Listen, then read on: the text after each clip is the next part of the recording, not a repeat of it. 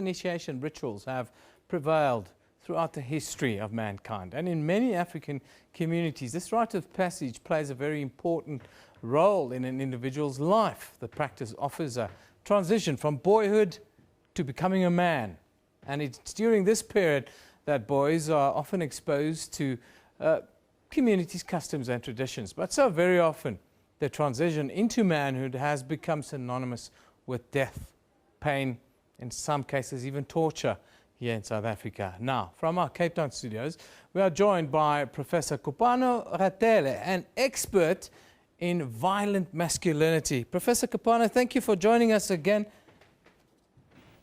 Thank you for having me, Yeben. Masculinity is always at the forefront of our problems in South Africa, isn't it, Professor? But I want to talk about the cultural dynamic around the initiation schools and the deaths that we're seeing. When we look at culture, when we talk culture, culture is quite a dynamic and living thing. Surely we can find a balance to curb the deaths of young men in South Africa. Do you know, when I've been listening to this morning's interviews, but also thinking about this and reading in the newspapers, the phrase Black Lives Matter has come into my mind. Men's lives matter, just like women's lives matter. And if they matter, 30 deaths from what is supposed to be a wonderful experience, an experience that marks one's transition from being a boy to a man, this is unacceptable. I mean, basically, the question that been asked is this relevant? Does this mean culture is static? The answer to the first question is of course, we're always being initiated in one way or another. Education, I mean, Western education or education as we have it in our schools, is nothing if it's not initiation. 12 years of initiation, 16 years in some cases when you start with play school, and then you still have to go to varsity. Education is about initiating people in particular ways of thinking. So, initiation schools are about that, about initiating men into particular kinds of masculinities. So this is always necessary. But death is not necessary.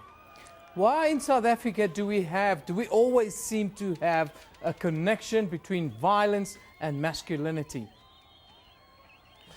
It's a long, long history, and it's a history that's not gone by. It's very much present today. It's because of a host of reasons, including, a militaristic culture. It's about our histories of violence under the national liberation struggle, yes, but also certainly under apartheid and colonialism.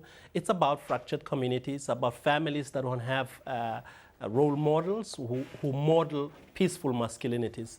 It's about drugs, it's about inequality, it's about poverty. So it's a whole lot of reasons working at different levels. Level one, of course, if you're starting with the psychologies of this. So some people can't control their impulses, they've not learned to emotionally regulate, as you say. And then right up at the top you have policies that always consistently indicate that violence is not an acceptable way of handling solutions and conflicts. But clearly you live in a world where a number of countries, Syria, Afghanistan, Iraq, a number of reasons all over the world where you see that violence is seen as a way of resolving political problems, but also interpersonal problems.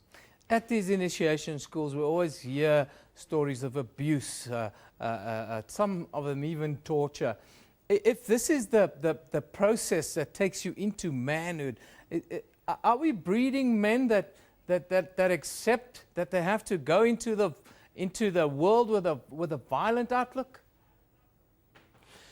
Well, there are two parts to your question. One is, look, I mean, in any particular structure or system like this, where you're trying to initiate men, you'll find hustlers, two-timers, pimps, all kinds of characters that do not and cannot be entrusted with initiating young men into manhood. So you have that. Illegal schools, people who will torture, because they don't know what they're doing. All they need is to be paid at the end of the day. They need money. So you have to deal with that. You have to deal with that.